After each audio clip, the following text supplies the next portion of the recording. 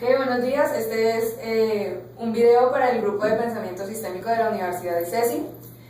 Este es nuestro video parcial, primer parcial, y consiste en un mapa mental acerca del cambio climático de acuerdo a lo leído en el informe del IPCC, con la información que nos daban y también de fuentes externas. A continuación, mi compañera Daniela va a comenzar con una de las capas en las que dividimos el mapa mental, que es la litosfera. Bueno, la litosfera. En la litosfera encontramos las placas tectónicas que son ubicadas en la superficie de la astenosfera, que generan movimientos de eventos geológicos, como la creación de los continentes, como la Pangea, que fue la teoría que inició la Tierra, donde todos los continentes estaban unidos, ciertas corrientes oceánicas, la formación de cinturones montañosos como montañas y valles. Además, estos movimientos pueden ser no unidireccionales, es decir, cuando dos placas tectónicas se chocan entre sí y forman grietas y fallas sísmicas. Estas fallas sísmicas se deben a la energía del núcleo terrestre debido a la acumulación de energía de hace muchos años de energía. Una de las fallas sísmicas más importantes, más reconocidas, es la falla de San Andrés. La falla de San Andrés, que está ubicada entre California y el Golfo de México. Esta falla está conformada por la placa norteamericana y la placa del Pacífico, y ahí es donde se genera el movimiento no unidireccional que provoca los fuertes terremotos. Además, la litosfera genera monzones, que son precipitaciones debido al cambio en la dirección del viento, debido al cambio de la estación climática, donde las estaciones se hacen mucho más largas. Además, estas precipitaciones tienen un proceso mucho más acelerado y hay diluvios más fuertes. Estos monzones también influyen en el movimiento de las placas, ya que su movimiento se mueven 1 centímetro por año. Estos monzones se dan principalmente en el continente asiático, donde la cordillera del Himalaya, que está ubicada en la India, está en constante movimiento. Además, acá en Sudamérica la encontramos en Brasil. Y además estos monzones tienen una acción opuesta, debido a que en los lugares donde hay mayor precipitación y donde están estos monzones, en los otros lados, en el otro continente opuesto, hay sequías muy largas. Ya, a continuación, mi compañero Polo va a hablar sobre la criosfera. Bueno, muy buenos días. Cabe mencionar que la criosfera parte del cambio climático y es una capa de la Tierra donde se estudia más que todo las nieves perpetuas, el permafrost, las islas y los círculos polarares. Las nieves perpetuas son aquellas en las que hay capas de hielo y nieve. Pues eso se encuentran en los montes. Por ejemplo, estos montes han tenido de hielo, y lo que antes se conocían como parques glaciares ya se van a conocer como futuros parques nacionales. Esto pasa en el Kilimanjaro en África, en el Glacier, en el Columbia en Alaska, en el monte Himalaya. Y estos futuros parques nacionales pues adoptan un aumento de temperatura debido al hielo. También hay que tener en cuenta que por ese derretimiento va a haber un agotamiento de fuentes hídricas, lo que conllevará a posibles guerras pues, por los recursos naturales, lo que generaría muchas emisiones de CO2 y una lucha por los recursos. También se convierte en una problemática mundial porque a nivel mundial los ríos se están secando, hay una extinción de especies y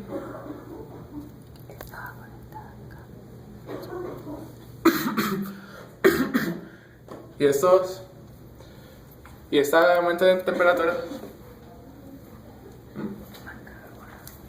va a llevar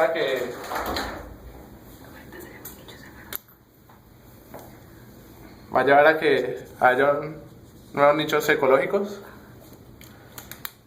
Y estos nichos ecológicos son, por ejemplo, animales que antes se morían en unas épocas del año y ahorita ya no se mueren. Por ejemplo, en los pinos devastados de Alaska, que son causados por unos animales que en invierno se morían y debido al aumento de la temperatura, el invierno ya no dura el mismo tiempo, entonces están devastando todos los pinos. Esto es también pues, debido a la alteración en las estaciones, que la primavera y el otoño son dos estaciones que se han afectadas. Entonces estos nichos ecológicos tienen una ampliación en el campo de acción, creando animales más agresivos como las moscas, los mosquitos y los roedores que antes no existían en algunas partes del mundo, creando nuevas enfermedades como la tuberculosis resistente, el ébola y el hantavirus. Y así sucesivamente en todos estos montes. Esto es una parte de la criosfera. Ahorita vamos al permafrost. El permafrost es una capa de hielo en la, superficial pues, que está en la Tierra. Y este permafrost se encuentra más que todo en el norte de Europa y América. Y tiene dos capas. El pergelisol, que hasta ahora es el menos perjudicado y tiene menos efectos a futuro porque está congelado y es la capa más profunda del permafrost. Y el molisol, que es el que presenta descongelamiento. Este descongelamiento te lleva a un aumento de la erosión del suelo. Y esta erosión del suelo hace que las carreteras sean intransitables durante muchas épocas del año. Y esta erosión trae peligro para las poblaciones que viven en esa zona. Lo más peligroso del permafrost son las emisiones de metano, ya que en sus capas tienen acumuladas demasiadas cantidades de metano. Se dicen que son 5.000 millones de toneladas que se podrían salir al ambiente, causando un derretimiento, contaminación, al igual que las emisiones de carbono, que hace que haya más gases de efecto invernadero y contribuyan al calentamiento global. Este descongelamiento en el del molisol ha llevado a que se creen pantanos llenos de agua, llevando así a que los bosques se pierdan y haya peligros en especies que habitan la zona. Además, el terreno derretido hace que haya árboles caídos, inclinados en todas las direcciones, como los árboles borrachos, y también que haya viviendas y edificaciones colapsadas, como lo hablaba anteriormente. En Alaska, en Siberia se pueden ver esto. Y en las zonas donde hay oleoductos, por ejemplo en Siberia, también hay tuberías dañadas y acueductos, lo que traería desperdicio de agua, más contaminación y futuros cambios en el permafrost. Ahorita vamos a la parte de las islas. Tal vez la parte de las islas es la más importante, la isla de Groenlandia. Entonces mucho de este mapa lo hice de acuerdo a Groenlandia. Entonces, ¿qué puede pasar si Groenlandia se derrite? Va a haber una creación de lagos profundos, un aumento en el nivel del mar que se estima entre 6 centímetros de nivel. También habrá esa creación de estos lagos profundos va a hacer que se produzcan grietas hasta el fondo donde se lubrica el hielo con el lecho de roca, provocando así un derretimiento acelerado y creación de grietas, aumenta el nivel del mar y una extensión menor anual. Pues este aumento del nivel del mar ya ha provocado algunas inundaciones en otras partes del mundo, pues con el derretimiento de otras islas. Y otro problema importante en las islas, Groenlandia, por ejemplo, sería el cambio de las corrientes oceánicas. ¿Qué es lo que pasa con las corrientes oceánicas? Cuando el hielo se derrite, el agua dulce va a llegar al mar y las corrientes oceánicas que están están en todo el mundo son las que permiten que haya calor en todo el planeta. Cuando hay un deshielo y hay agua dulce en el mar, por ejemplo Groenlandia queda acá y una corriente oceánica importante queda aquí arribita. Lo que haría sería que habría una dilución del agua salada, lo que generaría que esta corriente oceánica separaría por el espacio de unos 10 años. ¿Y a qué conlleva esto? A que haya unas posibles heladas de varios siglos, como lo ocurrió en la era glaciar, en la primera era glaciar. Entonces, este cambio de las corrientes oceánicas, además de que puede causar este problema mundial, está causando el cambio de destinos y rutas de las especies migratorias. Entonces, hay un peligro en las especies migratorias. Por ejemplo, aquí está Lo de las ballenas, por ejemplo, que con el aumento del nivel del mar han perdido la dirección y se han perdido el mar abierto debido también a los cambios de temperatura oceánica. Y el último tema importante de la criosfera lo tomamos en general Ártico y Antártico como círculos polares. Un problema muy grave que está corriendo son las industrias petrolíferas, que hacen perforaciones en zonas importantes ecológicamente, producen emisiones de CO2 y justo en esa zona, contaminación de la naturaleza del área, mucho de hielo también, y se ha presentado un continuo derretimiento. Este derretimiento debido a una fuerte incidencia en el cambio climático que aumenta la temperatura oceánica. Se dice que en el Ártico el 90% de los rayos del sol son absorbidos por el océano, causando así que haya un deshielo acelerado y pues que cada vez haya menos extensión. Se decía que en el 2013 ya no iba a haber hielo durante la época de verano. Aquí hay unas imágenes del 1918 y el 2004 como está en esa época. Este aumento en la temperatura oceánica ha cambiado las rutas migratorias como lo hablaba en las islas y ha provocado la extinción de corales, que los corales se blanquean y hacen que muchas especies de fauna estén en peligro. Aquí también hablamos de las posibles extinciones de las focas, las ballenas azules y jorobadas, que son las que habitan están en una zona del Ártico en cierta época del año.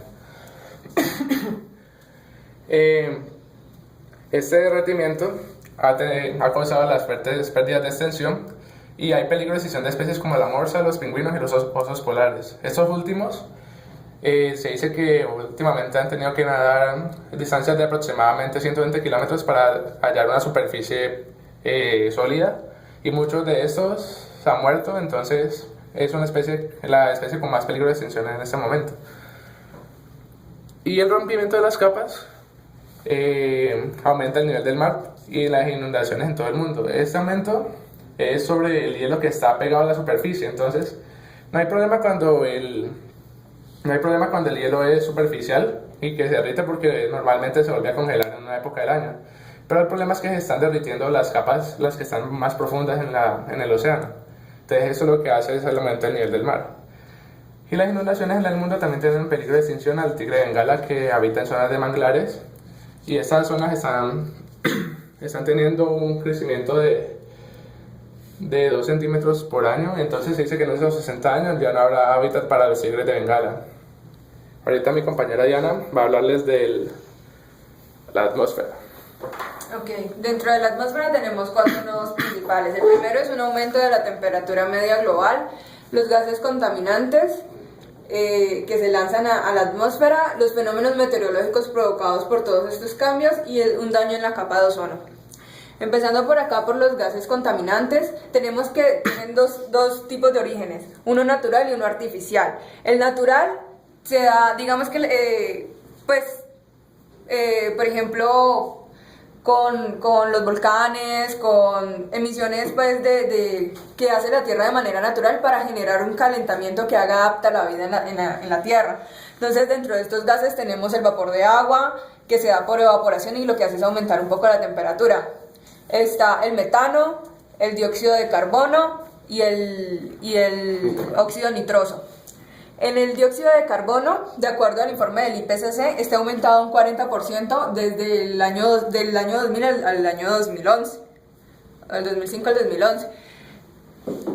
Este aumento del 40% se debe a la quema de combustibles, por ejemplo, un aumento de la quema de combustibles como el gas natural, el petróleo o el carbón. Este tipo de gas, el dióxido de carbono, tiende a durar entre 50 y 100 años. Provoca una acidificación de los océanos, puesto que los océanos absorben alrededor del 48% de este gas. El metano, de acuerdo al informe, había aumentado alrededor del 150% con respecto a esos años. Tiene una duración entre 10 y 15 años. Y las causas son diversas, por ejemplo la ganadería, los combustibles fósiles, los cultivos y pues las mencionadas las causas naturales. Dentro de los gases, dentro del óxido nitroso, entonces tenemos que tiene un aumento de alrededor del 20% y dura en promedio lo mismo que el metano, entre 10 y 15 años. Y está originado por carburantes fósiles, las prácticas agrícolas, y genera además una lluvia ácida. Ahora, los gases contaminantes de origen artificial, que son básicamente los originados por el hombre después de la época industrial, sí, que son los que aparecieron en la época postindustrial, son los generados por los hidrocarburos. Entonces, en estos tenemos los clorofluorocarbonados, los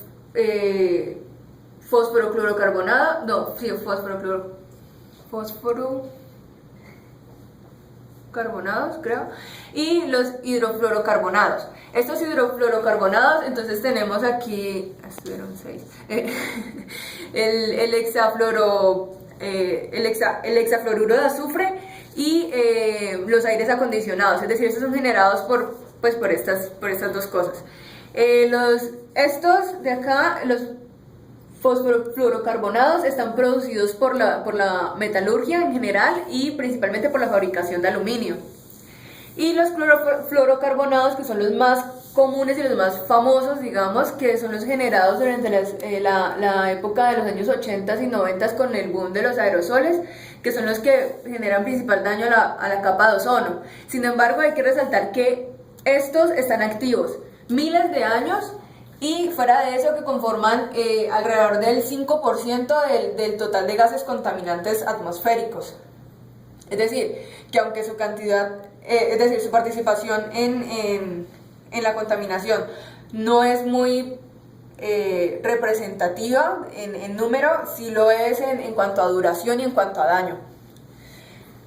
Ahora, volviendo a la atmósfera, entonces nos vamos por la rama de aumento de temperatura.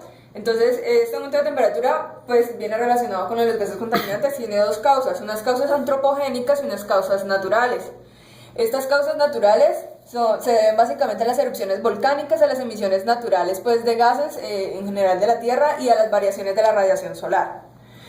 Dentro de las causas antropogénicas tenemos, como ya lo mencionaba ahora, los gases generados en la época postindustrial, que son básicamente pues, los de los hidrocarburos. Esto de manera natural la Tierra lo que hace es una recepción de la radiación solar y una emisión de radiación infrarroja. En esta radiación solar, en la recepción, pues la energía es absorbida o reflejada. Si es absorbida por océanos, suelos y atmósfera, o es reflejada por el suelo, que absorbe parte de esta energía y después la libera. Los casquetes polares, los glaciares y las nubes se encargan pues de reflejarla. Dentro de la emisión infrarroja, entonces se ve reflejada al espacio o es absorbida por los gases de efecto invernadero, lo que genera un mayor calentamiento global, que es lo que está haciendo, digamos, la contaminación, alterando este ciclo natural. Ahora, la atmósfera presenta un daño en la capa de ozono. Esta capa de ozono tiene se clasifica básicamente en dos tipos de capa, la capa estratosférica y la capa troposférica. De acuerdo al informe, la capa estratosférica forma alrededor del 90% del total de ozono presente en la Tierra. Esta capa estratosférica es la capa, digamos, de origen natural, la que ayuda a la generación pues, de vida en el planeta Tierra. Y la capa troposférica es, por el contrario, la capa de origen artificial, que es de hecho es la que genera cierto daño y cierto peligro contaminante. Dentro de la capa estratosférica, entonces, como les venía mencionando, es el ozono natural, es alrededor del 90%, y hay daños en la capa, en la parte de la Antártica y el Ártico. Esta capa presenta ciertos agujeros, lo que hace que los rayos ultravioleta entren directamente en el planeta, generando calentamiento global y además daños como enfermedades como cáncer de piel o cataratas. Estos agujeros además hacen que haya ciertos daños a la red trófica, la red pues, de alimenticia natural, a nivel vegetal, de los animales y de los seres humanos. En cuanto a los seres humanos, lo que hace es, digamos, dañar los cultivos y pues generar cierto cambio en la obtención de la fuente de alimentos pues, de los animales. En cuanto a los animales, ha provocado cierto daño con el plancton en el océano y una modificación de rutas migratorias de las aves y de los peces. A nivel vegetal, con árboles, flores y plantas, pues entonces con el daño de ciertas especies de árboles, pues viene también ligado a esto la pérdida de ciertas especies animales que dependen de estos árboles. Lo mismo con las flores, con especies polinizadoras y la fotosíntesis natural de las plantas. En cuanto a la capa troposférica, entonces tiene ciertos efectos colaterales sobre los seres vivos y el calentamiento global, como lo venía mencionando ahora. Es decir, si esta capa es contaminante, que es alrededor del 10% de la capa natural y que es la capa que está más cerca a nosotros, pues trae niveles de contaminación y genera lo que se llama el smog fotoquímico. Este smog fotoquímico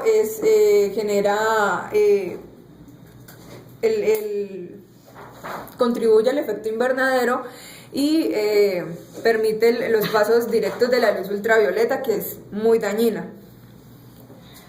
En cuanto a los fenómenos meteorológicos, tenemos básicamente dos que están presentando alteraciones por estas causas, por las causas mencionadas anteriormente. Tenemos el fenómeno del niño y el fenómeno de la niña. Ambos tienen alrededor de, un promedio de periodo de alrededor de entre 3 y 8 años. En cuanto al niño, se caracteriza por presentar una modificación en las corrientes oceánicas, principalmente en Australia, Indonesia y América del Sur. ¿Cuáles son las características? Que las aguas son más cálidas, que se presentan más sequías, los vientos son más débiles y hay altas temperaturas oceánicas, lo que puede generar lluvias en algunas zonas del planeta. En cuanto a la niña, las mismas corrientes oceánicas, pues básicamente Australia, Indonesia y América del Sur, principalmente América del Sur, lo que hace que se generen aguas más frías, precipitaciones e inundaciones. Además de eso, presentan más nubosidad, vientos más fuertes, y estos vientos más fuertes son los que provocan los huracanes y los ciclones. Ok, ahora pasamos con mi compañera Daniela, que les va a explicar la parte de hidrosfera. La capa de hidrosfera está compuesta por los océanos, que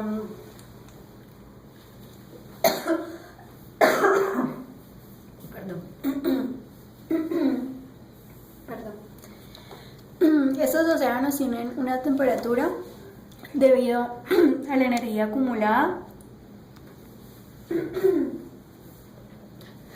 La energía acumulada debido a la emisión de CO2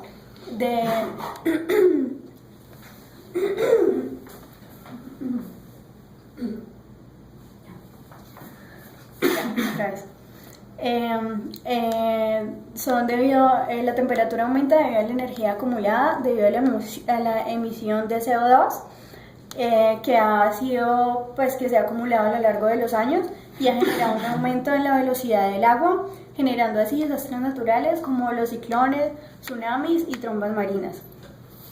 Esta energía acumulada también afecta a los ecosistemas, de manera que se posicionan especies invasoras que alteran la composición del ecosistema y también se generan bacterias, lo que provoca la migración de algunas especies. La temperatura afecta, como venía diciendo, a los organismos marinos, tales como las tortugas marinas que se ven obligadas a migrar, también debido a la falta de oxígeno y a las altas temperaturas. También se encuentra el plancton, que es uno de los organismos principales de la cadena alimenticia y que debido a las altas temperaturas se puede ver visto en peligro de extinción. Otro de los organismos marinos que se ven afectados es el krill, que debido a las altas temperaturas tiene una reproducción lenta que afecta directamente a los pingüinos y a las focas, a los pingüinos y a las focas, ya que son los principales consumidores de este organismo. Otro de ellos es el coral, que se ve afectado debido a que cuando aumenta la temperatura se genera un blanqueo en los arrecifes que puede generar enfermedades y hasta la misma extinción.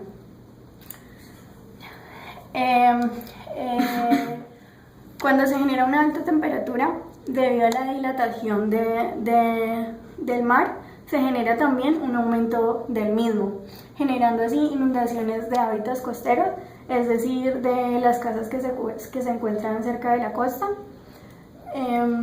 También genera erosión del litoral e intensificación de tormentas. Los océanos también tienen acidificación debido a la absorción de CO2 y, como venía diciendo, eso también afecta a los arrecifes de coral y al plancton, que son muy importantes en la cadena alimenticia. Además, esta acidificación se ve generada por las actividades naturales, como la actividad volcánica, la comunicación del hidrato de metano. Además, también se ven mayormente afectados por las actividades humanas, como la liberación de nitrógeno y la emisión de CO2 debido a la industria y a la actividad agrícola.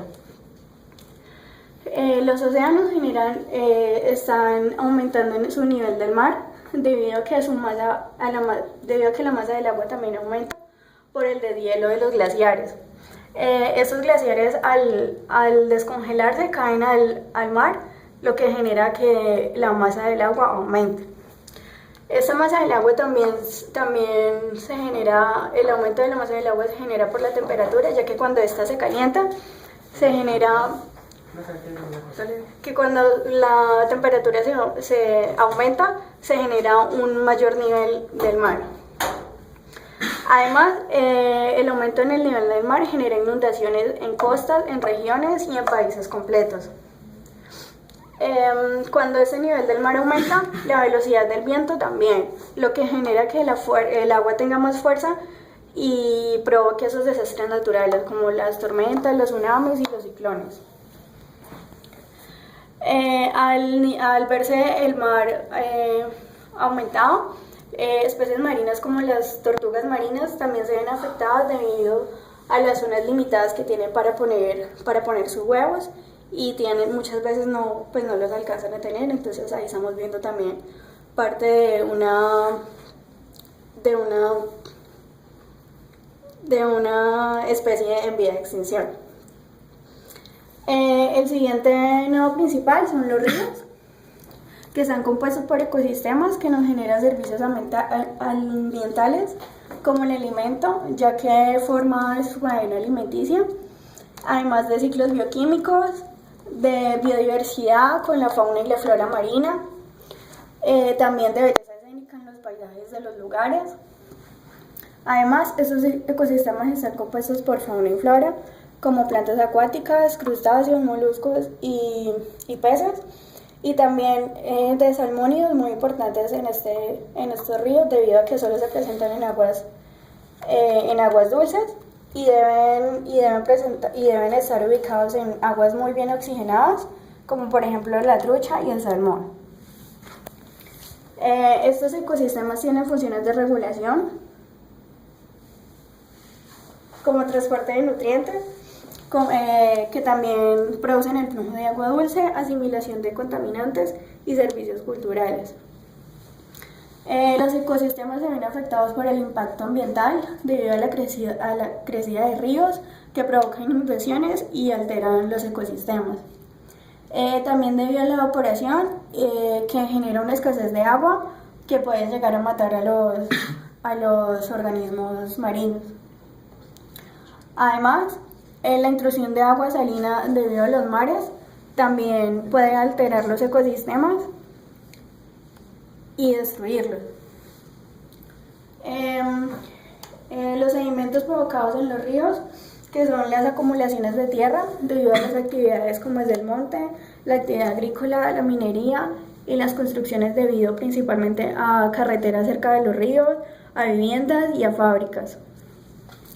Esa acumulación también se ve afectada por los desagües pluviales, que transportan el agua fuera de las ciudades y que pueden provocar inundaciones.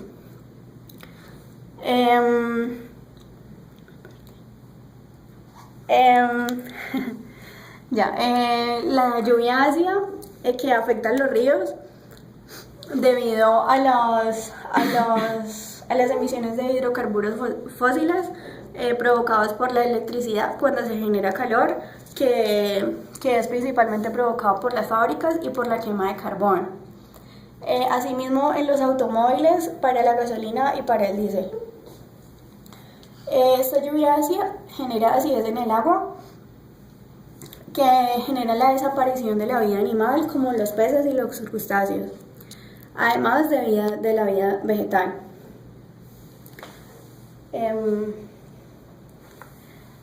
Sí, una falla técnica porque aquí.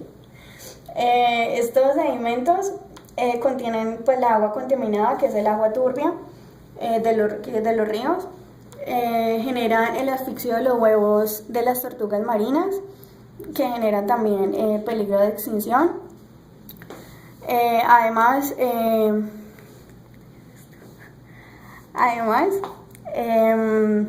los animales también se ven afectados por la poca resistencia a las enfermedades, ya que los peces, por ejemplo, se ven afectados en sus agallas y pues pueden morir. También se afecta la cadena alimenticia debido a la falta de visión clara de las especies marinas para ver su alimento, y produce pues la destrucción del hábitat. Ya es esto. A continuación, mi compañera Diana. Bueno, estos son los nodos principales del nodo general que tenemos de cambio climático, pues hidrosfera, atmósfera, criósfera y litosfera. A continuación, nosotros vamos a presentar otros 3 nodos que agregamos porque vimos la necesidad pues, de hacer la relación de estos con lo que veníamos trabajando en el texto. Estos nodos son ciencia y tecnología, industria y asentamientos poblacionales. A continuación, mi compañero Eduardo va a hablar acerca de ciencia y tecnología. Bueno, para ciencia y tecnología escogimos 3 nodos muy importantes, que son las fuentes de energía, la medicina y la genética. Primero empezamos hablando de las fuentes de energía. Las fuentes de energía, como vimos, ejemplos como la energía nuclear, la energía solar, la energía eólica, los biocombustibles y los hidrocarburos. Y también las hidroeléctricas. Los hidrocarburos tal vez son los que se han utilizado durante todos estos años de evolución industrial. Entonces se han convertido en la fuente principal de la industria. Y estos son generados por combustibles fósiles, lo que los convierte en los principales generadores de CO2, ya que en sus combustibles fósiles están la gasolina utilizada para pues, alimentar barcos, autos y aviones, y el queroseno, que es utilizado para los alumbrados y los propulsores. Esta fuente principal de la industria pues, es la encargada principalmente del transporte y la producción a nivel mundial.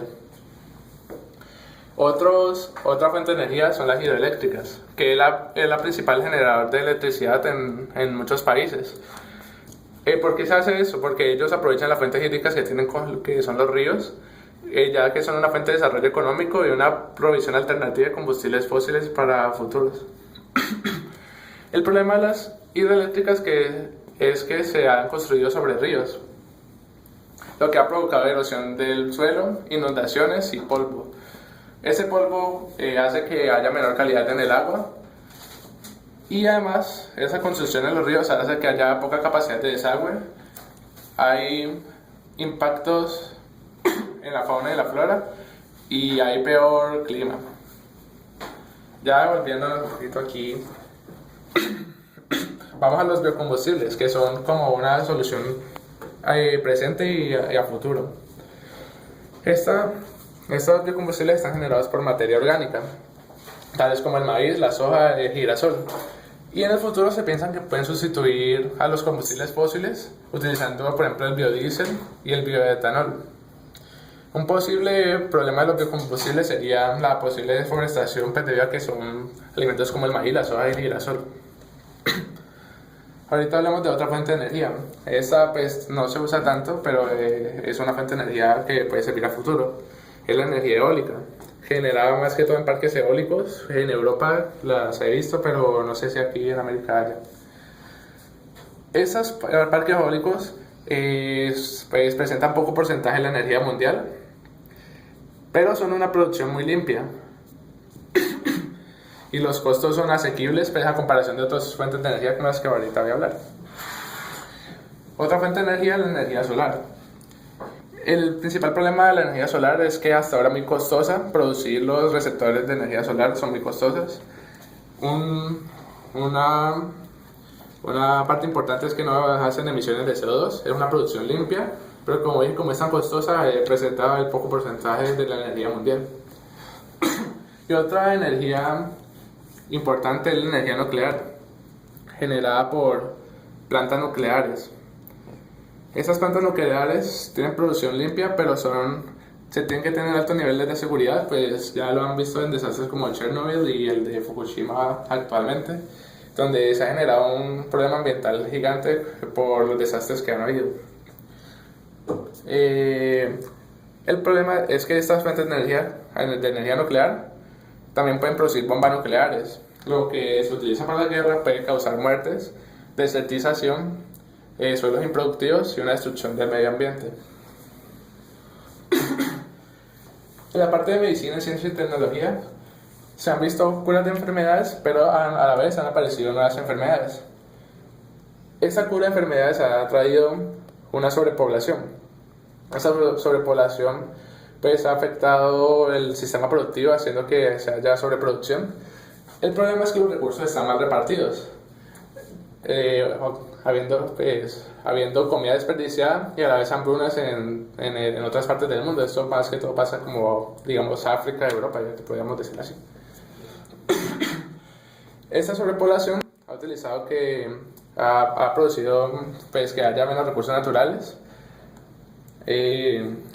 causados por más emisiones, por los recursos hídricos contaminados como son los ríos y las otras fuentes hídricas, y la explotación minera y la minería ilegal, que también pues, se puede ver aquí en Colombia, que casi todos los ríos principales están afectados por una minería ilegal, y el daño a largo plazo en los bosques que ya no se van a poder recuperar.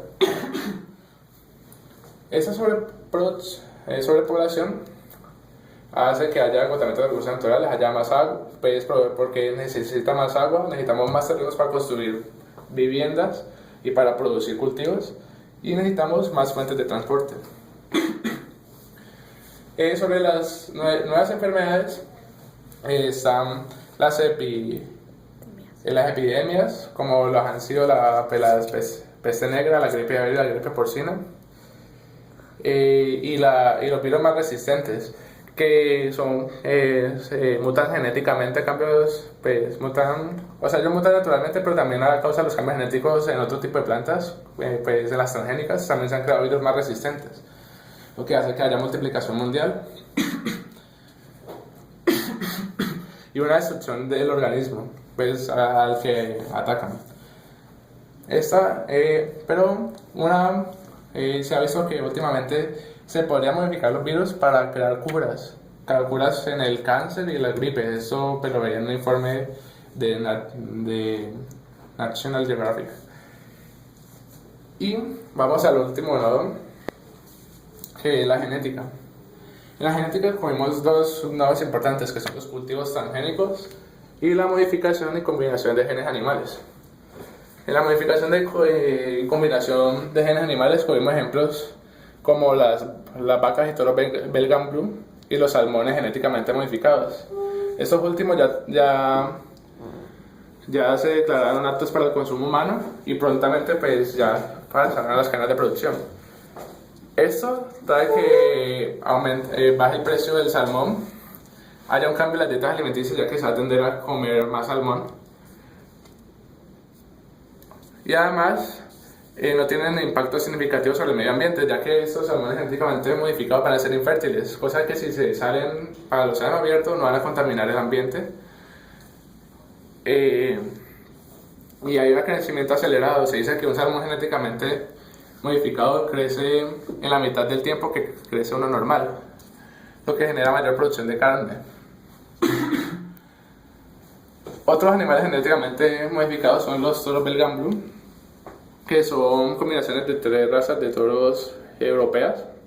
Y lo que se han generado es un animal el doble de grande y con 0 grasas. Eso causa que haya más alimento pues, obtenido, con menos grasa, mejor calidad. Pero el problema es que todavía no está aprobado para la comercialización. Y la relación costo-beneficio actualmente es mala. Esto porque hay un sacrificio demorado, ya que los partos de estos animales son bien complicados. Y además para sacrificarlos se demora demasiado, generando más altos costos en el mantenimiento. Entonces, también a futuro se planean crear mascotas resistentes, aunque teniendo que haya un aumento del promedio de vida, puede haber posibles reproducciones indeseadas, pues que haya una hibridación, y pues también pues, se crean vacunas contra enfermedades infecciosas. Ahorita hablemos de los cultivos transgénicos. Estos cultivos transgénicos traen una mayor producción, que haya una resistencia a los herbicidas y que no haya plagas. Pero el problema es que ellos pueden contaminar áreas no resistentes y haya daños a suelos naturales. Aquí otro problema de los cultivos transgénicos es que se ha visto mutación de virus, como decía anteriormente en la parte de medicina. Hay virus más fuertes, entonces pues hay que tener cuidado con eso. Hay mayor conservación de los alimentos. Eso hace que se utilicen en países en vías de desarrollo con problemas económicos.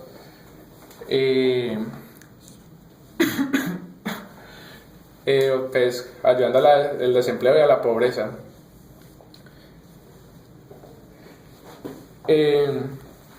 Otra parte de los cultivos transgénicos es la contaminación y polinización de cultivos naturales, como lo iba diciendo antes, la hibridación, que puede traer efectos impredecibles y una contaminación en los suelos naturales. Estos cultivos híbridos pueden pasar a futuras generaciones causando que en el futuro ya no haya alimentos que sean 100% naturales. A la vez, esta contaminación y polinización de los cultivos naturales trae problemas a los animales polinizadores, tales como las abejas, que pues, ya se convierten como una posible especie en vía de extinción. Hay una pérdida de biodiversidad pues, en los cultivos, esto ya es de los cultivos, porque ya va a haber plantas invasoras y cultivos no naturales. Y la última parte de los cultivos transgénicos es que hay pérdidas de control. Esto pues, se ha visto en experimentos como Monsanto, que ha contaminado gran parte de las cultivaciones del mundo con experimentos. Son cultivos no autorizados y pues por eso para eso se ha creado Greenpeace y han creado una legislación para los alimentos transgénicos que tienen que tener un signo a la hora de llegar al mercado para que la gente sepa que son cultivos transgénicos. Ahorita ya mi amiga Diana les va a hablar de la parte de industria. Bueno, en cuanto a la contaminación generada por la industria y su efecto pues, en el medio ambiente, tenemos por este lado la parte de cemento. ¿Qué hacen, digamos, las cementeras? Las cementeras generan mucho polvo y quema de combustible, lo que hace cierto efecto en los gases de invernadero. Ahora, en la parte de metalurgia, que es la producción pues en general y producción y modificación pues de metales, tenemos la producción de hidróxidos, carbonatos y óxidos, principalmente en la fabricación de aluminio. En la parte de la ganadería, entonces tenemos mayor deforestación debido a que se necesitan mayores tierras pues para tener estos animales. Suelos infértiles debido principalmente a la deforestación y al uso de productos químicos pues de estos animales. Entonces, de aquí mismo de ganadería sale pues lo que les venía hablando, la evaporación de residuos químicos, lo que genera mayores usos del agua. También digamos la evaporación pues, de antibióticos y hormonas, lo que genera contaminación, y el proceso del cuero, que es básicamente lo de la parte del teñido y el curtido, que también generan gran contaminación a las fuentes hídricas. Tenemos que la ganadería genera ciertos residuos orgánicos, pues que generan gases de efecto invernadero, pues como el óxido nitroso, que era el que hablaba yo ahora en la atmósfera, el metano y el dióxido de carbono. Principalmente el metano es de origen ganadero, de origen natural, pero en la parte pues natural de los seres vivos. Pero debido a una expansión pues de la ganadería, este metano ha aumentado, lo que hace pues que hayan mayores niveles de contaminación. Este mayor nivel de gases de efecto invernadero genera lluvias ácidas, y estas lluvias ácidas pues dañan en los arrecifes de coral y un proceso de eutrofización que consiste en un aumento debido a que las aguas se contaminan. Estas aguas después van a pasar a las fuentes hídricas fluviales, y estas fluviales a las partes marítimas. En todo este proceso lo que hace es que aumenta la cantidad de algas presentes en el mar, y estas algas lo que hacen es consumir mayor cantidad de oxígeno del agua, lo que causa la muerte de los peces. En cuanto a estos residuos orgánicos, pues también generan infecciones y enfermedades. Por la parte de la industria, en la parte agrícola, la agrícola industrial, entonces tenemos modificaciones en los usos del suelo, como los monocultivos o incluso los cultivos tradicionales. Estos monocultivos hacen que haya una pérdida de biodiversidad, y fuera de eso hacen que las especies vegetales cultivadas sean más vulnerables al ataque de plagas. En la agricultura entonces tenemos también tres tipos de nodos. Tenemos la deforestación causada por la misma, digamos, por la misma necesidad de la ganadería de tener un terreno más amplio donde cultivar, lo que hace pues que aumente el terreno cultivable.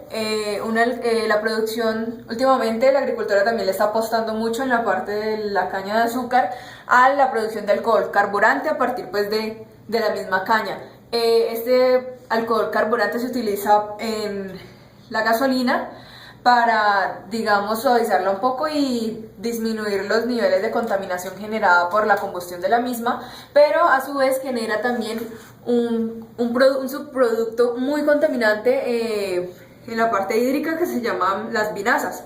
Las vinazas, cuando caen a la fuente hídrica, absorben también todo el oxígeno presente y causan mortandad de peces. Por eso en este momento se está investigando cómo utilizarlas, puesto que son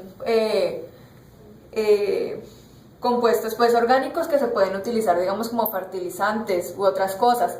Se ha hecho estudios para utilizarla como fertilizantes, y sí genera cierto beneficio en la parte, digamos, de la caña de azúcar, pero en cultivos aledaños genera la atracción de la mosca blanca, que acaba con todos los cultivos. Y tenemos que también la agricultura produce ciertos, de acuerdo pues a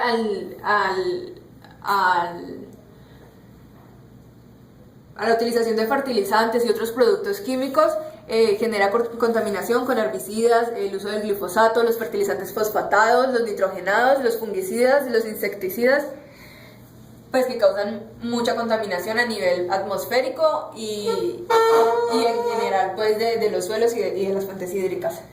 Tenemos también otra industria que afecta bastante el medio ambiente, que son las textileras, que lo que producen son desechos químicos como colorantes, grasas o aceites. Y estos colorantes, estos desechos químicos principalmente van a caer al agua, y lo que hace, por ejemplo, los colorantes es que le hacen perder visibilidad al agua, lo que hace que muchas plantas no puedan hacer, digamos, organismos vegetales acuáticos no pueden hacer su proceso natural de fotosíntesis. Las gases de aceite pues son contaminantes más superficiales, pero pues de igual modo importantes. Y también un mayor uso del agua, sin mencionar que una mayor contaminación de la misma. Por la parte de minería, entonces tenemos problemáticas como la minería ilegal, donde los procesos no están estandarizados, entonces se genera una contaminación debido a la falta pues de información de las gentes. Y también pues contaminación por productos químicos propios de la minería, como el mercurio, el cianuro, el plomo y el cobre. Esta minería también genera modificaciones en la parte del suelo debido a las excavaciones y a las deforestaciones. Estas deforestaciones las voy a tratar más abajo para no generar pues como una doble intervención. Ahora, tenemos también la industria maderera. La industria maderera pues se encarga de la comercialización y obtención pues de recursos de madera. Lo que hace es, digamos, talar los árboles. Se tiene información de que cerca de 9.000 toneladas, creo que son alrededor de 9.000 toneladas de árboles anuales se están deforestando, y esto hace pues una relación de que anualmente es alrededor de un área aproximadamente igual al país de Portugal lo que se extrae pues de madera. Esta madera pues lo que hace es una intervención en los recursos escasos como son los árboles y el agua, porque estos pues digamos la rapidez con la que actúa la industria no es la misma rapidez con la que actúa la naturaleza regenerando estos recursos. Entonces hay un desnivel que viene siendo negativo de hecho para la naturaleza. Tenemos que esta maderera lo hace con unos fines económicos como la producción de muebles, papel o en general en la construcción, y este papel pues trae otra industria que es la industria papelera. Es una subindustria de la maderera que tiene pues, procesos de producción de libros, de servilletas, de revistas, en general pues de productos de este tipo, y produce en su proceso de producción como desecho produce una macromolécula que se llama lignina, que es una macromolécula de fenilpropeno, que también es una molécula contaminante, pero que en este momento no saben cómo destruirla porque no hay manera, digamos, actualmente de destruirla ni de utilizarla, y es simplemente desechada al agua. Tenemos químicos como el dióxido de cloruro, el peróxido de hidrógeno. En cuanto a la industria maderera, también tenemos pues la deforestación. Esta deforestación, como les venía mencionando, a alrededor de 90.000 kilómetros cuadrados por año, que es lo que se equivale aproximadamente al país Portugal. Lo que hace que hayan daños en selvas y bosques. En selvas, por ejemplo, en el Amazonas, en la parte de Colombia o en la parte de Brasil. En la parte de Colombia principalmente deforestación pues por grandes industrias y por la guerrilla que tiene cultivos ilícitos en esta zona. Y en la parte de Brasil es básicamente actividad industrial. Sin mencionar que también están autorizando asentamientos poblacionales en el área del Amazonas, y pues hay que tener en cuenta que el Amazonas es el pulmón del mundo, entonces pues es un recurso importante. Y en cuanto a los bosques, tenemos que en África, por ejemplo, que se han digamos dañado casi todos, o gran cantidad de estos, por actividades como la agricultura, y en Bolivia por el cultivo de soya. Ahora, otra de las industrias es la hidroeléctrica, que a pesar de generar energía, digamos, de manera relativamente limpia, tiene ciertos efectos colaterales como son la deforestación, que la venía mencionando ahora, y esta deforestación causa pues también erosiones en el suelo, por la misma actividad de la hidroeléctrica. Tenemos también una variación en el trazado de las rutas fluviales, puesto que esas intervienen los ríos o la fuente hídrica de manera directa, entonces pueden causar inundaciones o un impacto pues negativo en la población de peces presentes en ese hábitat. Por último, tenemos también la energía causada por hidrocarburos, que genera gases de efecto invernadero, y estos gases de efecto invernadero a su vez pues calentamiento global, destrucción de la capa de ozono natural y afectaciones en el Ártico y en la Antártida, que son las fuentes de agua natural de agua dulce más grandes pues del planeta. Tenemos producción de desechos de estos hidrocarburos, como son los aceites, los detergentes y los disolventes, que son vertidos directamente al agua, lo que causa gran contaminación en las fuentes hídricas, y el uso de calderas para combustión del carbón, el petróleo y el gas natural, pues que generan estos gases de efecto invernadero. Por último, tenemos la parte del transporte. Ejemplos como los carros y los trenes, los carros con la combustión del carbón que generan dióxido de carbono, los trenes, y los carros con la combustión de gasolina o diésel que generan óxidos, dióxido de carbono, nitrógenos y monóxidos. Este monóxido es altamente contaminante, aunque la producción es menor, es debido a que solo se produce para combustiones incompletas, el nivel de contaminación es grandísimo. A continuación, mi compañera Daniela les va a hablar acerca de los asentamientos poblacionales. Bueno, en los asentamientos poblacionales tenemos la urbanización, que es el desplazamiento de personas por lo general de zonas urbanas, de zonas rurales a zonas urbanas.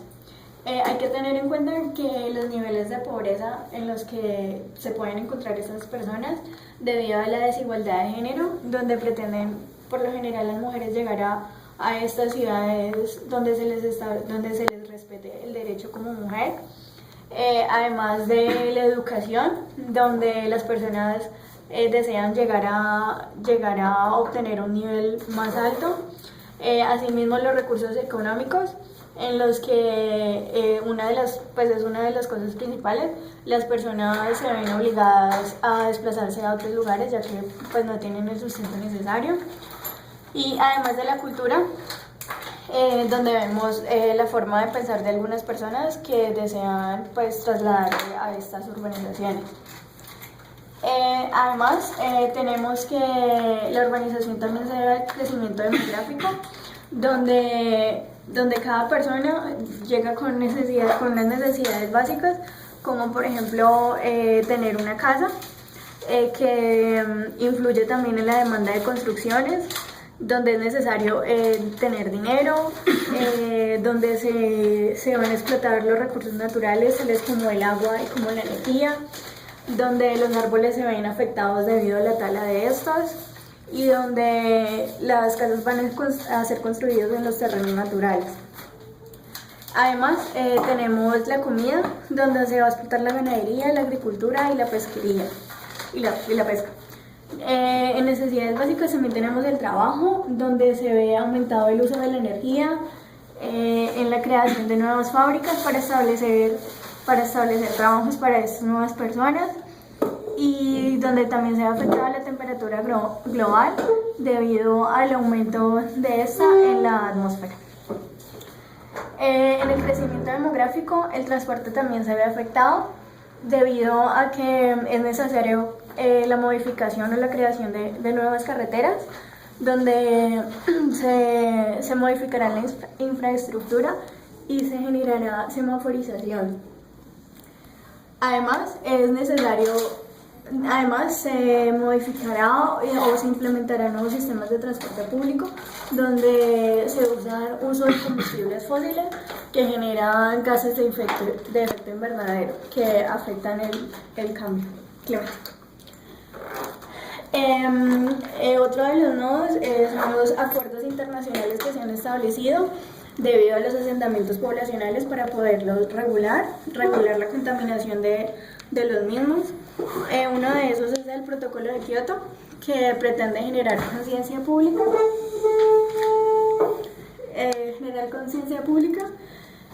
Otro de ellos es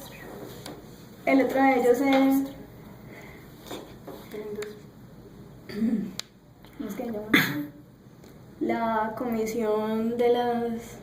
¿Cómo es? ¿Qué lo tenía ahí?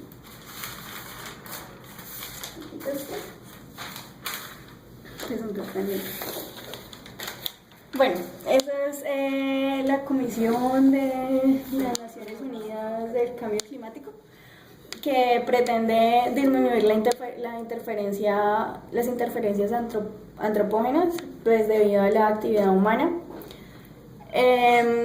Otro de ellos es el Protocolo de Montreal, que pretende proteger la capa de ozono, disminuyendo las sustancias que se producen para que destruyan la capa de ozono.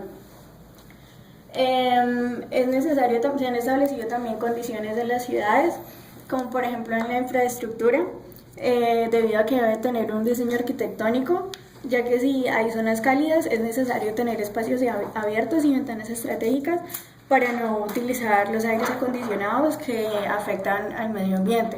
Asimismo, en las zonas aireadas deben tener tener edificaciones fuertes donde los desastres naturales pues no hagan mayor efecto. Otra de infraestructura debe ser la distribución de servicios públicos, ya que en algunas partes están mal ubicadas las plantas de tratamiento de agua y se genera una inundación se puede generar inundaciones en las ciudades. Además de los desplazamientos de tierra, ya que algunas ciudades están ubicadas muy cerca de montañas o de terrenos que se pueden deslizar. Además de la deforestación de árboles.